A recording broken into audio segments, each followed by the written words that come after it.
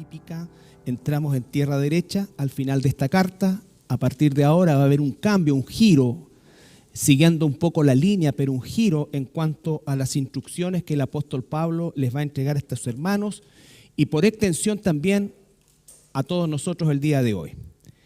Vamos a leer 1 Tesalonicenses capítulo 4, versículo 1 y 2. Solamente 2 versículos hoy.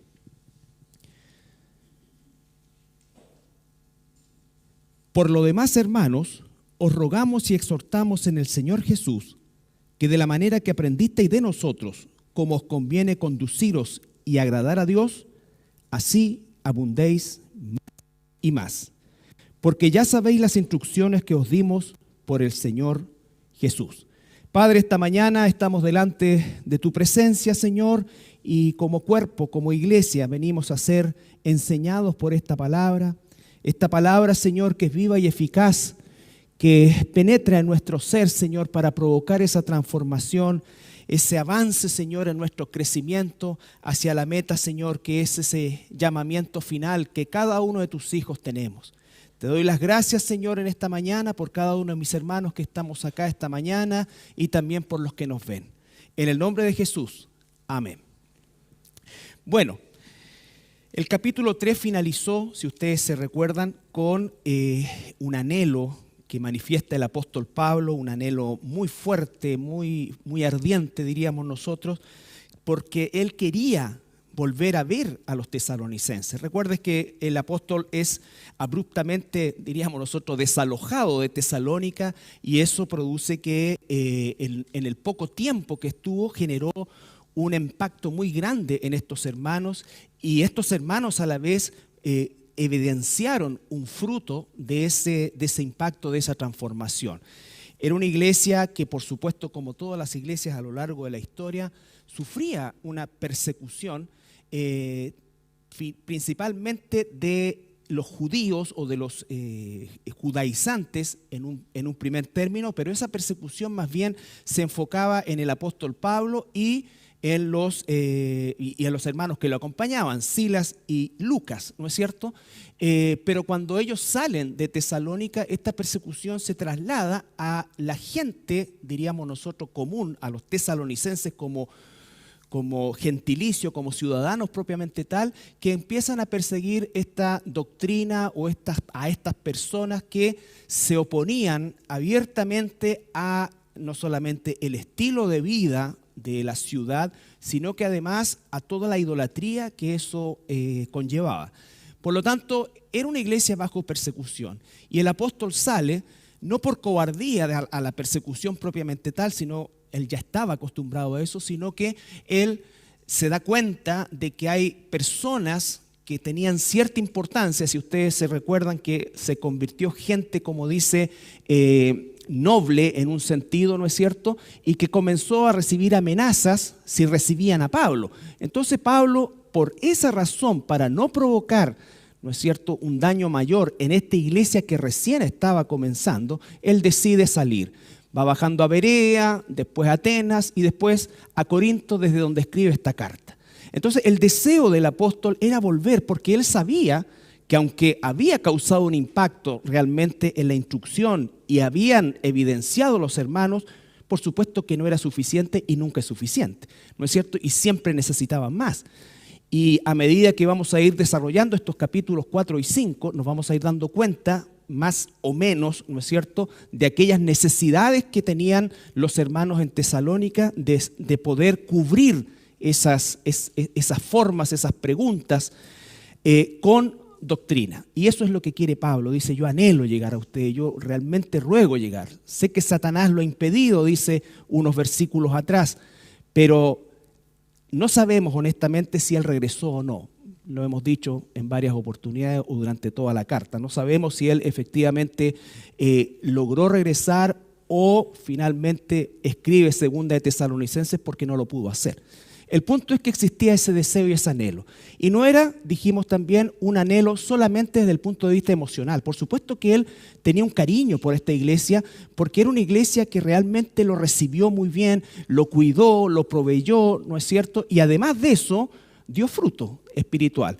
Pero por sobre eso estaba el deseo de cubrir esas necesidades doctrinales que él sabía que estaban en Tesalónica. Había un temor humano normal en el apóstol de que, siendo tan nuevitos, la avalancha de persecución pudiera provocar que ellos finalmente desistieran, ¿no es cierto?, o de alguna forma afectara el crecimiento de la iglesia. Entonces ese es el propósito que tiene el apóstol Pablo y nos lo muestra a lo largo de toda la carta, pero específicamente en el capítulo 3 con mucha intensidad. Ahora, inaugura el capítulo 4 con una expresión por lo demás, que en el griego es un adverbio transicional, se llama en el idioma griego, ¿no es cierto? O sea, de lo que está hablando va a enganchar lo que viene, ¿no es cierto? Y en relación a lo que viene va a estar haciendo que efectivamente tenga aún mayor sentido lo que dijo anteriormente, ¿ya? Y dice, por lo demás, hermanos, os rogamos. Lo primero que dice, os rogamos y exhortamos en el Señor Jesús. Lo primero que dice eso, ¿no es cierto? Por lo demás, hermanos, os rogamos. Entonces, aquí lo primero es, vemos a quién va dirigida esta carta y obviamente es a la iglesia. Esto no tiene ninguna utilidad dentro de aquellos que no han nacido de nuevo. O sea, no podemos nosotros pretender que aquel que no ha nacido de nuevo como un hijo, una hija de Dios, entienda, o puede que haya comprensión de lectura, pero otra cosa es que esto se transforme en la dinámica que dirija nuestras vidas. Estas son instrucciones, lo va a decir más adelante, ¿no es cierto? No son sugerencias. Y eso hace totalmente la diferencia en relación a lo que puede ser un simple, digamos, conocimiento o interpretación gramatical. Entonces, el apóstol lo que está diciendo acá es hermanos. Y usa una palabra muy importante dentro de todo lo que era la enseñanza del apóstol Pablo y el liderazgo del apóstol Pablo y de los apóstoles en general. Y vemos aquí que no hay, a pesar de que, si usted ha estudiado la vida del apóstol Pablo de alguna manera, sabrá que era un hombre absolutamente hosco en algunos sentidos, que tenía una pasión que no podía, en definitiva, obedecer a ningún tipo de situación que alterase la meta a la cual el Señor había fijado, ¿no es cierto?, en su vida. Los que vienen el día miércoles se recordarán cuando analizamos al apóstol Pablo en función de Juan Marcos, que en un momento determinado el apóstol Pablo dice, en este momento Juan Marcos para mí es un lastre, yo no lo llevo. Y eso generó, ¿qué cosa? Generó que hubiese una división entre Pablo y Bernabé, y vemos después que a lo largo de una década, ¿no es cierto?, Pablo mismo, una vez que han pasado 10 años y Marcos ha evidenciado realmente una madurez, un crecimiento y una confiabilidad para el apóstol, dice entonces, mándame a Marcos porque me es útil para la expansión del evangelio. Y alguien podría pensar que Pablo tuvo falta de amor, tuvo falta de esto. No, Pablo tenía una meta. Y si en ese momento Juan Marcos no era confiable y significaba, ¿no es cierto?, una segunda oportunidad en que dejara el ministerio o dejara la misión, obviamente Pablo no estaba dispuesto a ese riesgo. ¿Por qué? Porque en él hay un sentido de... ¿Se escucha bien? Se escucha medio cortado, ¿no? ¿Sí? ¿Será la pila? No. Bien, soy yo entonces. Siempre tengo la culpa yo, no se preocupe. Entonces, el apóstol acá está haciendo esa transición. Y quiero que tengan en cuenta esto, que él dice, rogamos. ¿Cuántas veces nosotros nos encontramos frente a liderazgos que manipulan, liderazgos que actúan con señorío sobre el rebaño? Y eso, hermanos, es algo que desgraciadamente suele ocurrir en el mundo evangélico, ¿no es cierto? Quizás cada vez menos el día de hoy, pero de alguna manera ha existido a lo largo del tiempo, y eso ha generado también mucha vergüenza para el evangelio. Porque esos liderazgos autoritarios no hacen otra cosa que imponer el pensamiento de un hombre, deseos de un hombre por sobre el rebaño. Nosotros, los pastores, no tenemos ninguna autoridad sobre ustedes que no sea la que da la palabra de Dios, bajo la cual estamos también nosotros.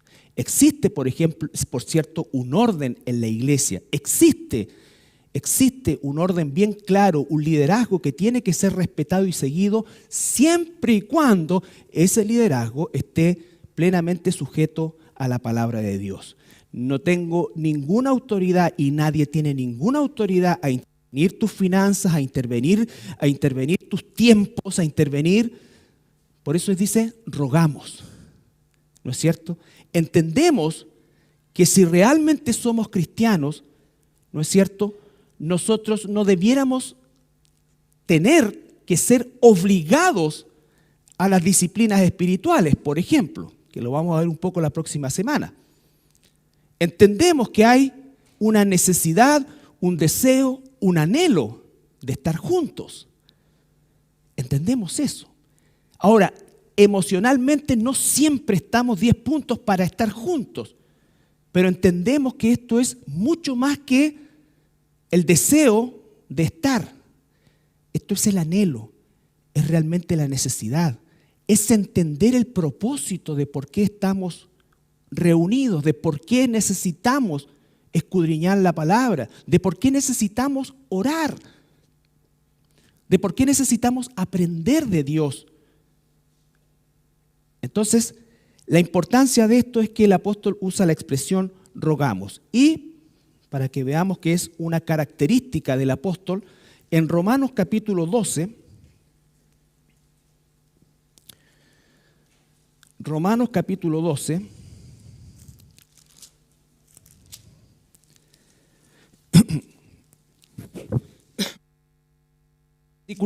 versículo 1. 12:1.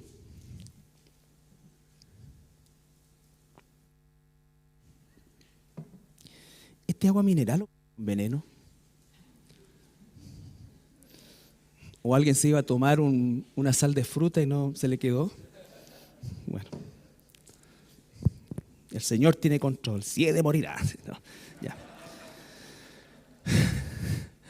Ya, capítulo 12, versículo 1. Así que, hermanos, os ruego por las misericordias de Dios que presentéis vuestros cuerpos en sacrificio vivo, santo, que es vuestro culto racional. Entonces vemos que hay una exhortación, porque es una urgencia también, pero usa una expresión que implica realmente apelar a la, diríamos nosotros, conciencia espiritual de los hermanos, de la iglesia, de nosotros, que aunque sabemos, a veces somos vencidos por lo otro. Somos vencidos por lo otro. Y podemos tener muchos argumentos al respecto, y normalmente esos argumentos comienzan a hipertrofiarse en desmedro de lo que sabemos, Y eso, desgraciadamente, se va transformando, porque somos seres de hábitos, se va transformando en eso, un hábito. Por eso es que el Señor nos dice por medio de la carta de los Hebreos, ¿no es cierto?, que no dejemos de congregarnos como algunos ya tienen por costumbre. Cuando nosotros permitimos que esto nos vaya, ¿no es cierto?, absorbiendo, obviamente se va a ir minimizando lo que sabemos que debemos hacer y que además necesitamos hacer. Por lo tanto, el punto de querer se va a ir también diluyendo. Y después ya ni siquiera nos va de alguna manera mentalmente a producir nada, porque ya estamos acostumbrados a hacerlo. El crecimiento espiritual, hermanos, no es algo automático, no es algo que no requiera de nuestro esfuerzo. La salvación no requiere de ningún esfuerzo nuestro, ninguno. Es absolutamente pasiva nuestra función, pero en la santificación, en la maduración y en el crecimiento sí tenemos participación, no en inventar directrices, sino que en esforzarnos por hacer la voluntad de Dios. Si usa la palabra una y otra vez esforzarnos, significa que implica un gasto nuestro. Pero a medida que nos esforzamos, vamos obteniendo, ¿no es cierto?, el deseo. Vamos obteniendo las ganas, vamos obteniendo el fruto de estar juntos, de crecer. Pero si no damos esos pasos, no va a suceder nunca, hermanos. No va a suceder nunca. Por eso es que vuelvo a insistir. Hay un ruego del apóstol Pablo, hay un ruego de parte de nosotros, pero nunca van a escuchar de parte mía, a lo menos, una exigencia. Tienes que ir, tienes que venir. No, no, porque tú no respondes a mi exigencia.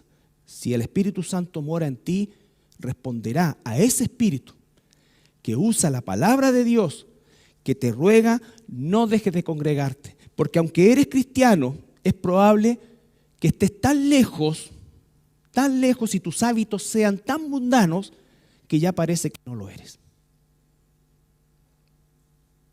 Que ya parece que no lo eres.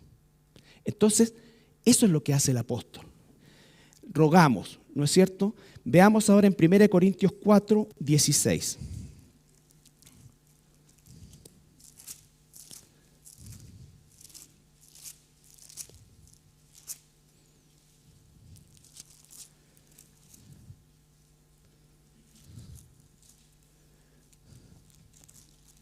Primero Corintios 4, 16.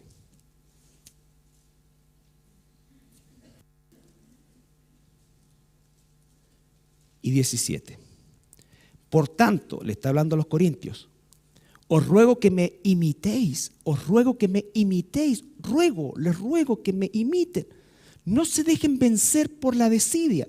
Por esto mismo os he enviado a Timoteo, que es mi hijo amado y fiel en el Señor, el cual os recordará mi proceder en Cristo, de la manera que enseño en todas partes y en todas las iglesias. Entonces Pablo dice, les ruego que me imiten. Hay esa palabra de por medio, ¿no es cierto?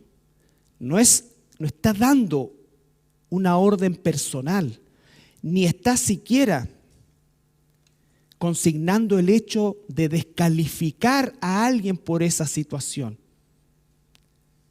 Pero si somos hijos de Dios, ese ruego producirá y debe producir un efecto en nosotros. Es imposible que si en nosotros mora el Espíritu Santo no haya un efecto, hermanos. Es cierto, a veces el Espíritu Santo puede estar contrito, todo, pero es imposible que no produzca cambios. Dios vive en nosotros. Entonces es imposible que no ocurran cambios. Dios mismo dice, el que comienza la obra la va a llevar a término.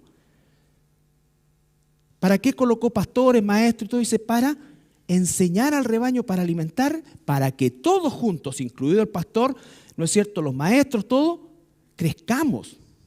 Porque esto no es una situación de un solo lado, esto es ambos lados y ambos lados hacia arriba. Ambos lados hacia arriba. Efesios 4:1.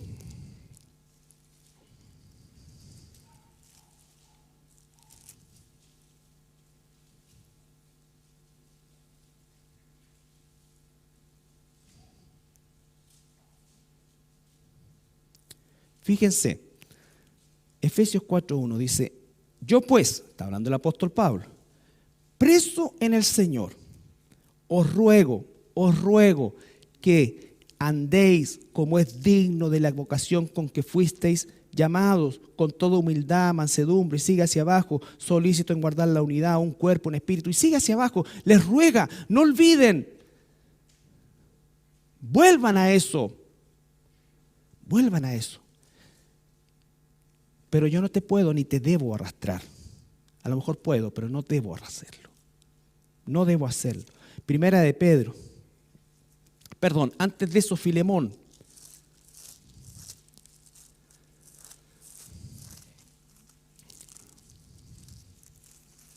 Filemón tiene un solo capítulo, Filemón.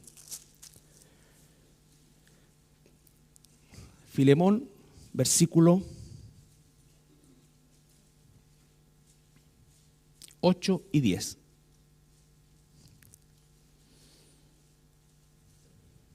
Ustedes recuerdan la historia de Filemón. Filemón era un hermano y Pablo se encuentra en la cárcel con un esclavo que había escapado de Filemón, ¿no es cierto? El esclavo, Pablo le predica al esclavo, el esclavo se convierte y el esclavo comienza realmente a dar fruto y comienza también a ser un apoyo fundamental en lo práctico de la vida del apóstol Pablo.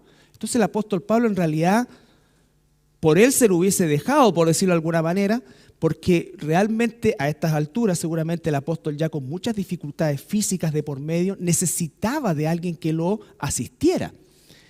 Pero él quiere hacer lo correcto, por supuesto, y lo correcto era devolverle a su amo el esclavo. Pero ¿cómo lo hace? Dice, versículo 8, por lo cual, aunque tengo mucha libertad en Cristo para mandarte lo que conviene, ¿por qué él le puede mandar lo que conviene? Porque obviamente si Filemón llegaba allá, el amo tenía la autoridad hasta de quitarle la vida.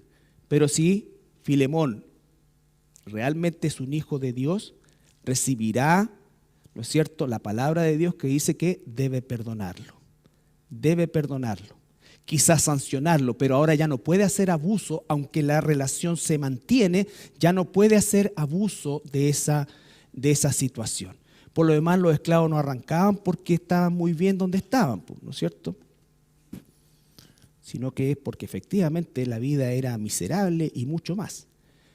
Entonces, de alguna manera, esto produjo que Pablo le dijera, por lo cual, aunque tengo mucha libertad en Cristo para mandarte lo que conviene, más bien te ruego por amor, siendo como yo, Pablo ya anciano y ahora además prisionero de Jesucristo.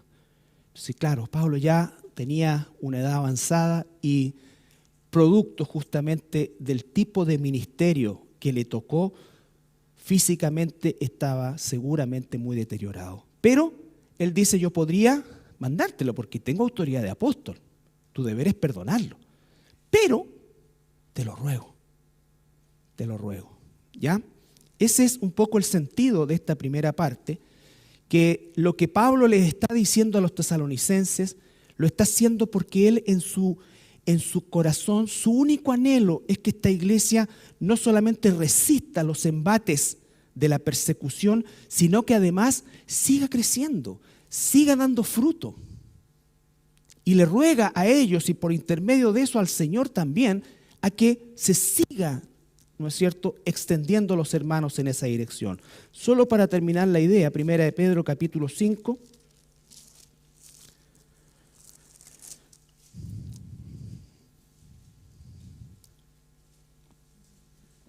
versículo 1 al 3. Ahora tenemos la figura del apóstol Pedro. 1 de Pedro capítulo 5, versículo 1 al 3. Ruego a los ancianos, fíjese, ruego a los ancianos que están entre vosotros, yo anciano también con ellos. Él no dice yo soy el apóstol Pedro, yo soy... No es cierto, no tira el currículum sobre la mesa ni se impone por lo que realmente fue. Ruego a los ancianos que están entre vosotros, yo anciano también con ellos, y testigo de los padecimientos de Cristo, que soy también participante de la gloria que será revelada. Apacentad la grey de Dios que está entre vosotros, cuidando de ella no por fuerza, sino voluntariamente, no por ganancia deshonesta, sino con ánimo pronto, no como teniendo señorío sobre los que están a vuestro cuidado, sino siendo ejemplo de la grey. Entonces, ese es el llamado al liderazgo, ese es el llamado a los pastores, ese es el llamado a todo aquel, ese es el llamado a todo cristiano, pero con mayor razón, ¿no es cierto?, y haciendo un énfasis en quienes tenemos responsabilidades de liderazgo, en quienes tenemos responsabilidades públicas para la iglesia. Necesitamos ser un ejemplo. Si no lo somos, lo más honesto es decir, ¿sabes qué? Todavía no estoy preparado. Todavía no estoy preparado, pero eso no significa sentarte en la banca, eso significa seguir entrenando con tanta fuerza y quizás como Juan Marcos, un día estés en condiciones de, pero hay un proceso en el que todos estamos. Y por supuesto que esto es, vuelvo a insistir, para todos nosotros como cristianos, pero con un mayor énfasis a aquellos que estamos y somos responsables del liderazgo de la iglesia. Volvamos a Tesalonicenses. Entonces, lo primero de ver es efectivamente la forma en que el apóstol se dirige a estos hermanos, que era la forma habitual, que no era una forma impositiva desde su perspectiva, sino que era un ruego a que ellos hicieran la voluntad de Dios. Hicieran la voluntad de Dios. Por lo demás, hermanos, os rogamos y exhortamos en Él, Señor Jesús, en Él, Señor Jesús, que de la manera que aprendisteis de nosotros, cómo os conviene conduciros y agradar a Dios, así abundéis más y más. Entonces ahora Pablo, ese ruego lo va a llevar a que ellos recuerden la doctrina, pero también el ejemplo de vida que el apóstol les dio el tiempo que estuvo con ellos, que le dio Silas, que le dio Lucas, ¿no es cierto? El testimonio de estos hermanos era el cimiento sobre el cual la credibilidad de su enseñanza se iba a levantar. Pablo no pidió ni enseñó nada que no solamente estuviera fuera de la voluntad de Dios, sino que no exigió nada que él mismo no estaba haciendo. ¿Ya? Y él mismo estaba creciendo. Entonces, ese ejemplo es tan importante porque nos habla justamente, vuelvo a insistir, de la responsabilidad que tenemos nosotros como cristianos.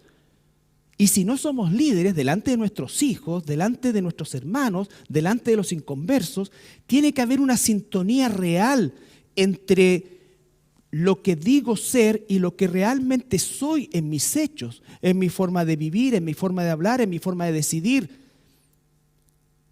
Por algo el Señor, en forma genérica, dice: somos la luz, todos nosotros. Ahí estamos todos nosotros, esa responsabilidad. Somos la sal, hay una misión, hay una función clara, específica y práctica en cada una de esas analogías.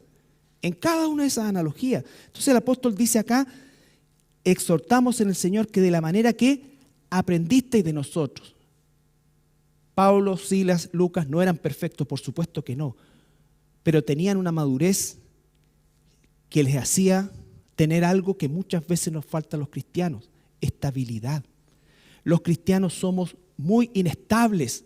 Las emociones, las situaciones, los contextos, las circunstancias siguen determinando muchas veces nuestra fidelidad a Dios. Y no estoy hablando solamente de circunstancias difíciles, porque incluso aquellas muchas veces nos llevan como hijos de Dios a volcarnos más a Dios.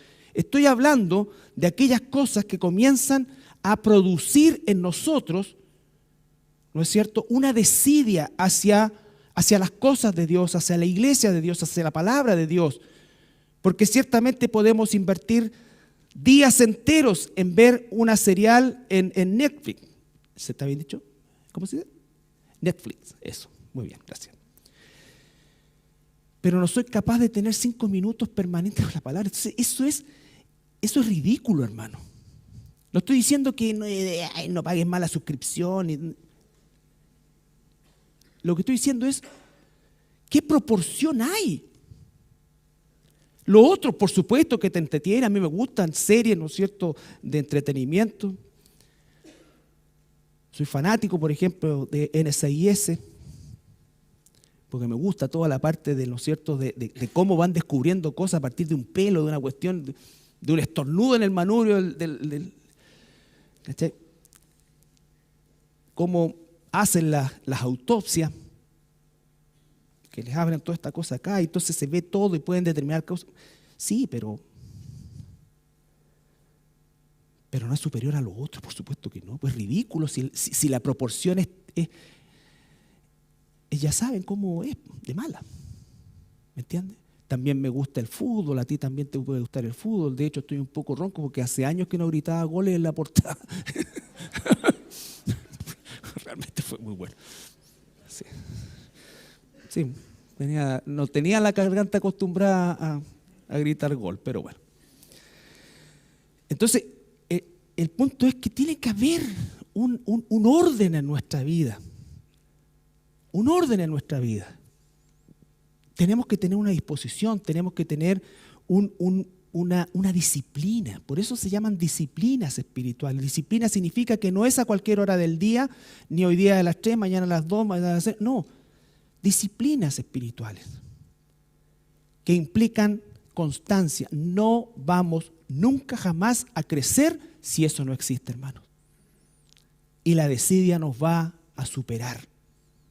Nos va a superar. Así como con el congregarnos, así como el estar no solamente el día domingo, sino que otro día de la semana en algún estudio. Es posible que por causa de mi situación laboral no pueda estar en todos, pero puedo estar en uno y voy a ser fiel en ese y el otro lo veré, ¿no es cierto?, una vez que esté grabado, porque quiero mantenerme en sintonía como iglesia. Entonces, pero eso no puede venir de una obligación. No puede venir de tomar lista. No puede venir de decir tú has faltado 4 veces, por lo tanto no puedes esto, no tienes acceso. No puede venir de eso, que son formas que se hacen en otros lados para mantener un quórum. La iglesia no está interesada en el quórum, está interesada en la razón por la cual estamos aquí.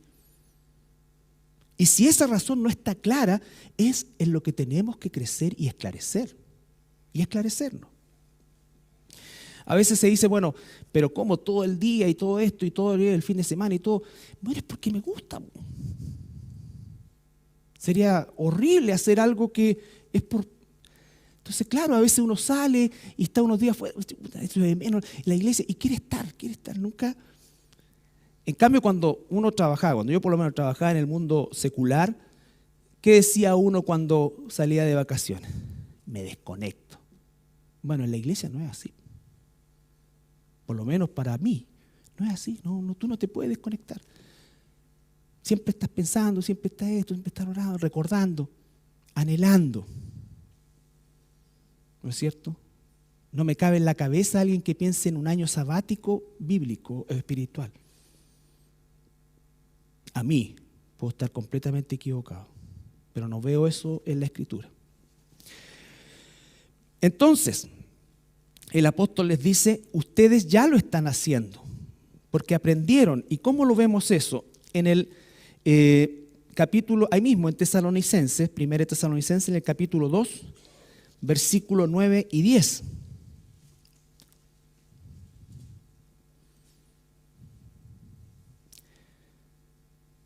Porque os acordáis, hermanos, de nuestro trabajo y fatiga, cómo trabajando de noche y de día, para no ser gravosos a ninguno de vosotros, os predicamos el Evangelio de Dios. Vosotros sois testigos, y Dios también, de cuán santa, justa e irreprensiblemente nos comportamos con vosotros los creyentes. ¿No es cierto? Y dice también, allí, así como también sabéis de qué modo, como el Padre a sus hijos, exhortábamos y consolábamos a cada uno de vosotros.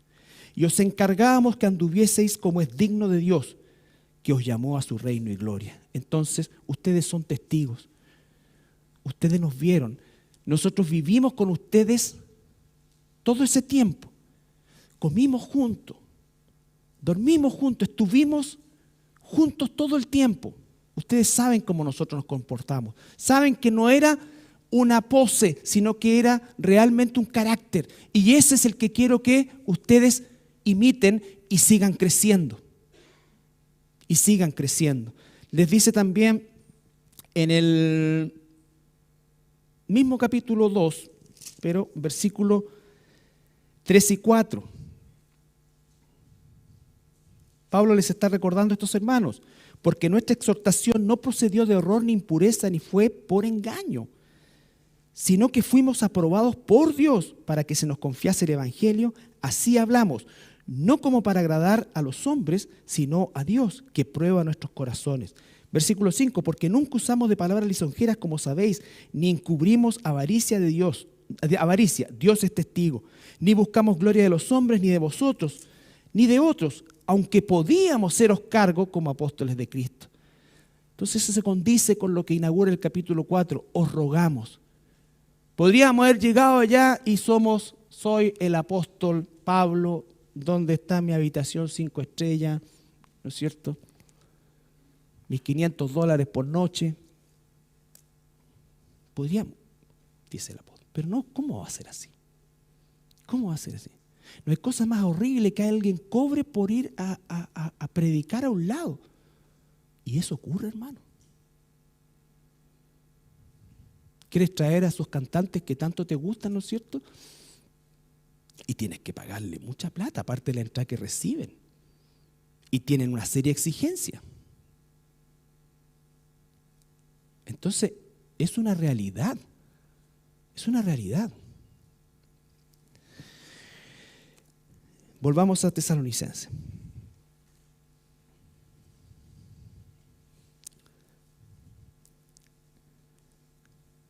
Por lo demás, hermanos, os rogamos y exhortamos en el Señor Jesús que de la manera que aprendisteis de nosotros, cómo conviene conduciros y agradar a Dios. ¿No es cierto? Los tesalonicenses ya lo estaban haciendo. Pablo hace un énfasis en esto. Su ruego es, sigan creciendo, ¿no es cierto? Y para seguir creciendo, debemos seguir perseverando. El mensaje no cambia. Los que cambian somos nosotros por medio del proceso que el Espíritu Santo va desarrollando en nosotros en función de este mensaje. La palabra que estamos predicando hoy se ha predicado por lo menos durante 2000 años y es la misma. No hay variación, pero esta palabra es viva y eficaz y cambia la vida de los hijos de Dios. Porque es una palabra viva, es palabra de Dios. Recuerden, los tesalonicenses recibieron, dice Pablo, la palabra no como si fuera de nosotros, sino como verdaderamente lo que es, palabra de Dios. Y los tesalonicenses entonces ya lo estaban haciendo. Vemos el capítulo 2, ahí mismo en Tesalonicenses, pero el versículo 13 y 14. Estos hermanos lo estaban haciendo, lo que está diciendo el apóstol Pablo no está diciendo lo que hagan esto, sino que sigan creciendo, abunden. Por lo cual también nosotros, capítulo 2, versículo 13, por lo cual también nosotros sin cesar damos gracias a Dios de que cuando recibisteis la palabra de Dios que oísteis de nosotros, la recibisteis no como palabra de hombres, sino según es en verdad la palabra de Dios, la cual actúa en vosotros los creyentes. Porque vosotros, hermanos, vinisteis a ser imitadores de las iglesias de Dios en Cristo Jesús que están en Judea, pues habiendo padecido de vuestra propia nación las mismas cosas que ellos padecieron de los judíos. Entonces, los hermanos de Tesalónica estaban en el proceso.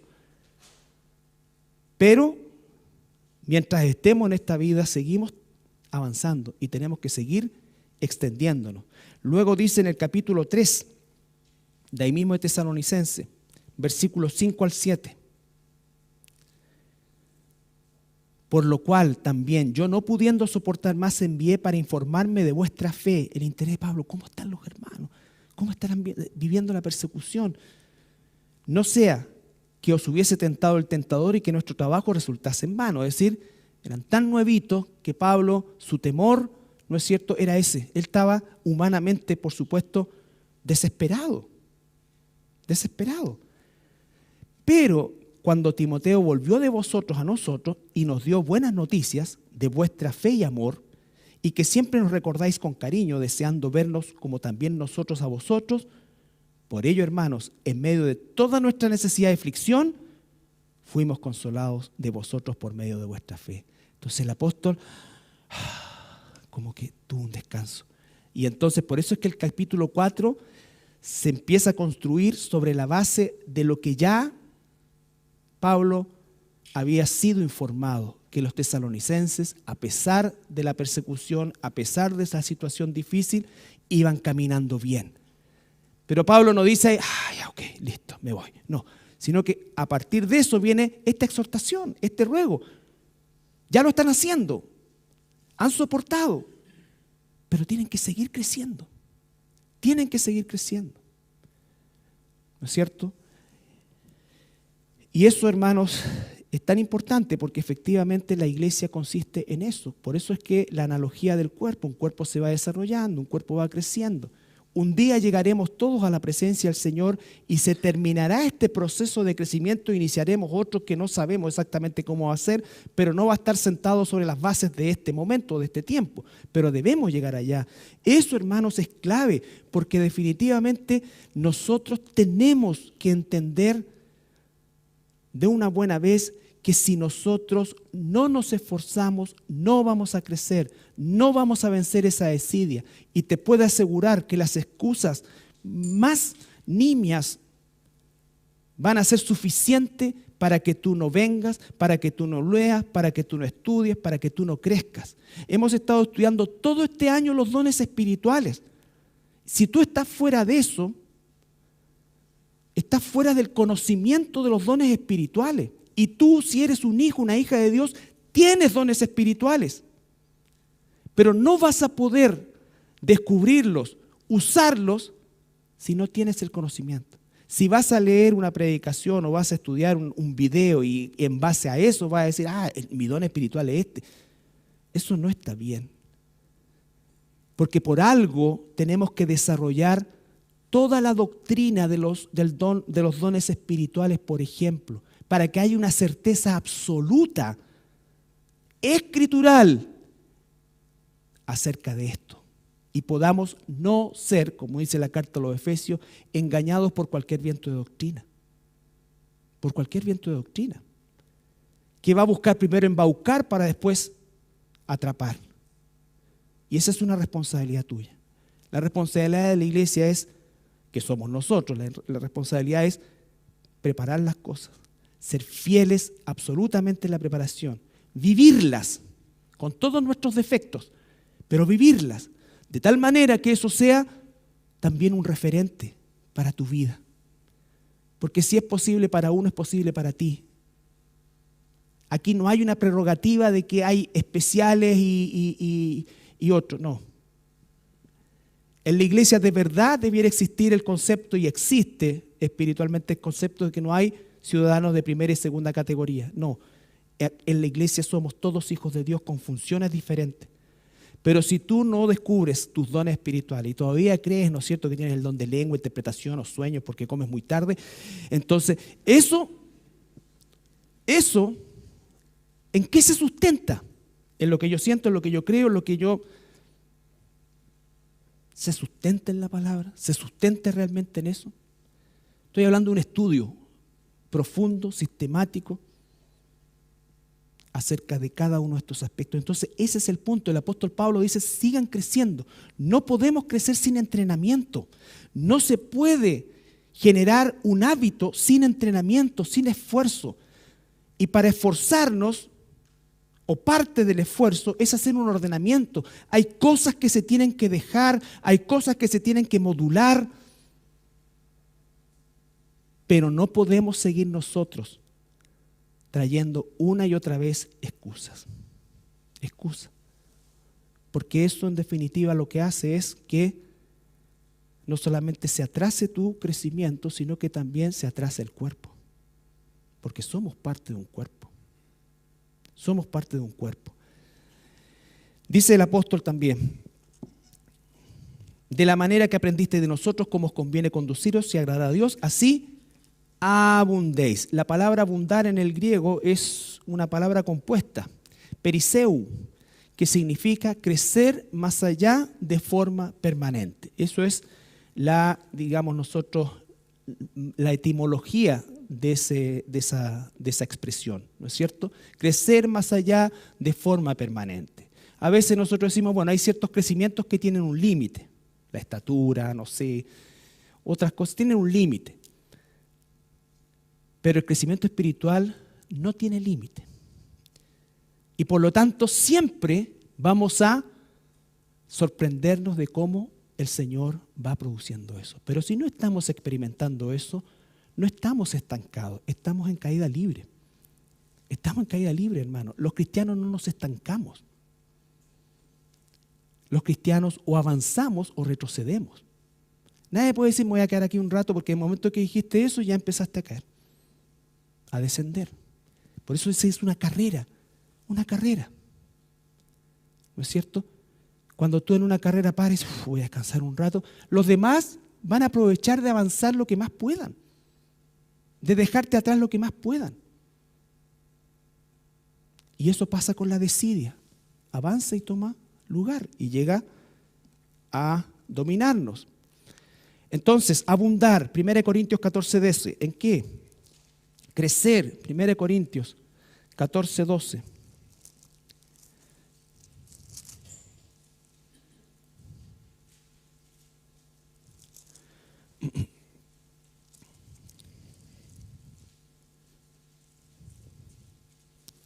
Estos van a ser aspectos prácticos que los vamos a desarrollar hacia el final de la carta. Hoy solamente vamos a nombrar algunos.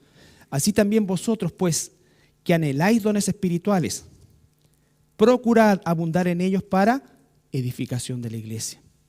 Anhelo y abundar. Anhelo solo no edifica la iglesia. Hay que abundar. Y para abundar significa que conozco, que ocupo, que desarrollo. Y de esa manera la iglesia es más bendecida, mejor edificada. 2 Corintios 8:2.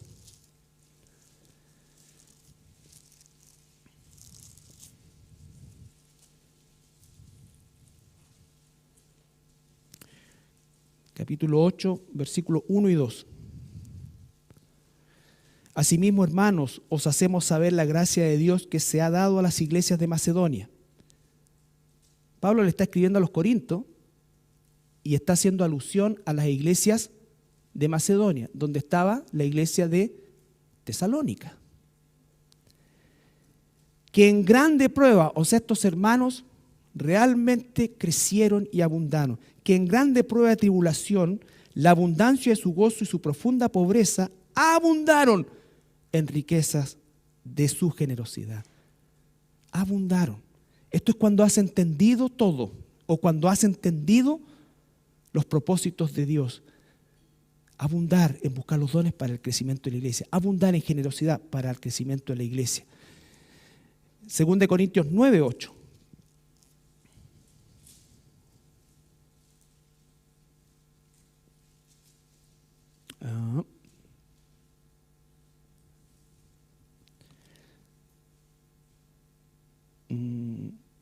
¿Según de Corintios dije? No, Filipenses, perdón.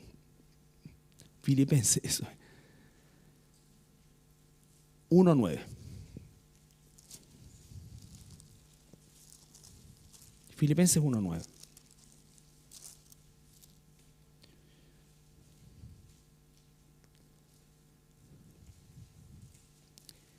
Y esto pido en oración.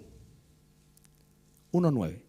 Y esto pido en oración, que vuestro amor abunde aún más y más en ciencia y en todo conocimiento. ¿Para qué? Para que aprobéis lo mejor, a fin de que seáis sinceros e irreprensibles para el día de Cristo, llenos de frutos de justicia que son por medio de Jesucristo para gloria y alabanza de Dios. Crecer, pero ya no con propósitos personales. ¿No es cierto? Cuando uno busca un perfeccionamiento en el oficio, la profesión o la actividad que está realizando, claro, hay un beneficio personal, hay una búsqueda personal. Pero la iglesia no es así. Todo el crecimiento que nosotros tenemos en la iglesia tiene que ir en beneficio y la motivación y el propósito es el crecimiento del cuerpo. Nadie crece para sí mismo. No existe eso. Entonces aquí dice abundar. Usa la misma palabra. ¿En qué? En el amor, pero en ciencia y conocimiento. Y la única forma de tener ciencia y conocimiento es por medio de la palabra. Capítulo 4 de Filipenses, versículo 17.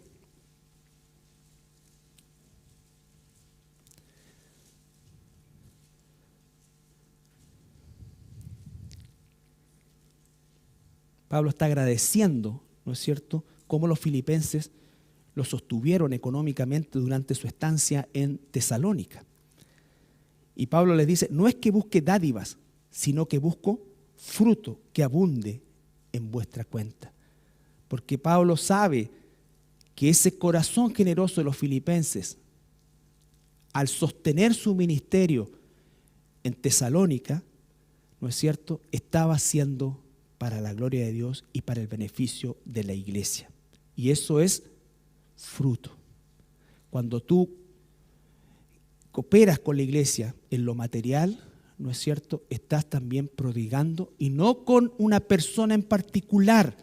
Por eso es que hay una aberración satánica en todos aquellos que buscan enriquecerse en la iglesia, ¿no es cierto?, por medio de estos pactos y todas estas porquerías que se usan y que han hecho un desprestigio tremendo a la iglesia. Pero aunque existe eso, desgraciadamente, ¿no es cierto?, eso no puede frenar nuestra generosidad hacia la obra de Dios. La generosidad hacia la obra de Dios permite que se pueda avanzar el reino de Dios también. Avanzar el reino de Dios también. Entonces, hermanos, básicamente lo que nos dice el apóstol Pablo en este versículo, ¿no es cierto?, habla de, por un lado, un corazón que ruega, no que impone con un autoritarismo, sino que ruega, exhorta. Esas dos palabras tienen la misma raíz. En el Señor Jesús, esto no es por cuenta del apóstol Pablo. Y él dice, como ustedes aprendieron de nosotros, él usa el testimonio de su vida, de la vida de Silas y Lucas, para dar el cimiento a la enseñanza, y cuando existe una concordancia entre ambas cosas, eso genera credibilidad. ¿Por qué el mundo está bien? Son perdidos, todo lo que tú quieres, hijo del diablo y todo lo que tú, pero también la iglesia ha aportado mucho en eso, porque la distancia entre lo que dice y hace es demasiado grande muchas veces. Demasiado grande muchas veces. Y la gente tiene una visión de la iglesia que no es la visión que debiera tener de la iglesia. Todavía lo considera solamente una cosa religiosa. Y eso es porque normalmente se asocia a expresiones, se asocia a situaciones a veces vergonzosas, cuando debiera asociarse a la mejor gente que pudiera haber. La mejor gente que pudiera haber. Cuando tú o yo somos un mal testimonio en el mundo, ensuciamos la iglesia de Cristo. Cuando tú y yo somos un buen ejemplo, porque amamos a Dios y porque sabemos que aunque la salvación viene de Jehová, nuestra responsabilidad es honrar su vida, ¿no es cierto?, honrarlo a Él con una vida vivida conforme a su voluntad. Entonces es lo que el Señor nos llama a hacer hoy también. No solamente a los tesalonicenses, a todos nosotros, hermanos. Examina tu vida, examino mi vida, porque hay cosas que tengo que corregir, cosas que tengo que cambiar, pero no en mi voluntad. No, ya, ahora sí. Primero ríndete al Señor, reconócele que eres un flojo, reconoce todo lo que tienes que reconocer. Porque si no va a ser en tu fuerza una vez más. Y te digo una cosa, eso cada vez va a ser más de corta duración y es un engaño, porque tienes que aprender a depender del Espíritu Santo. Tienes que aprender a depender del Espíritu Santo. Versículo 2 para terminar, porque ya sabéis qué instrucciones os dimos en el Señor Jesús. Y a partir del próximo domingo, Dios mediante, vamos a comenzar a desarrollar instrucciones más específicas en relación a las necesidades de crecimiento y de corrección que tenía esta iglesia, como todas las iglesias, pero a partir de un cimiento de fidelidad, de búsqueda sincera, ¿no es cierto?, y de deseo de seguir aprendiendo y creciendo. Nos ponemos de pie para orar.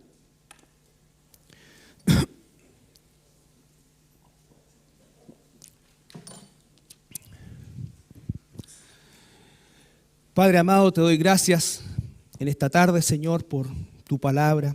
Te doy gracias, Señor, porque ella no solamente es lámpara que ilumina nuestro camino, nuestro andar, sino que también es una espada que redarguye, Señor, hasta lo más profundo, porque quieres transformarnos desde adentro hacia afuera, Señor. No una cáscara no una imagen solamente, sino que una vida exterior que sea el fruto de una transformación interior. Y eso solo lo puede hacer el Espíritu Santo, Señor. Danos fuerza para realmente reconocer delante tuyo, Padre, nuestras faltas y nuestra necesidad de volvernos a ti, Señor. Seguramente tenemos muchas excusas, algunas quizás incluso atendibles, pero se transforman, Señor, en un obstáculo cuando eso comienza a ser una costumbre. Y una costumbre que comienza a alejarnos de tu palabra, de la oración, de la iglesia, en fin, Señor, de nuestra vida como tus hijos. Gracias, Padre amado, te doy en esta mañana, en el nombre de Jesús. Amén.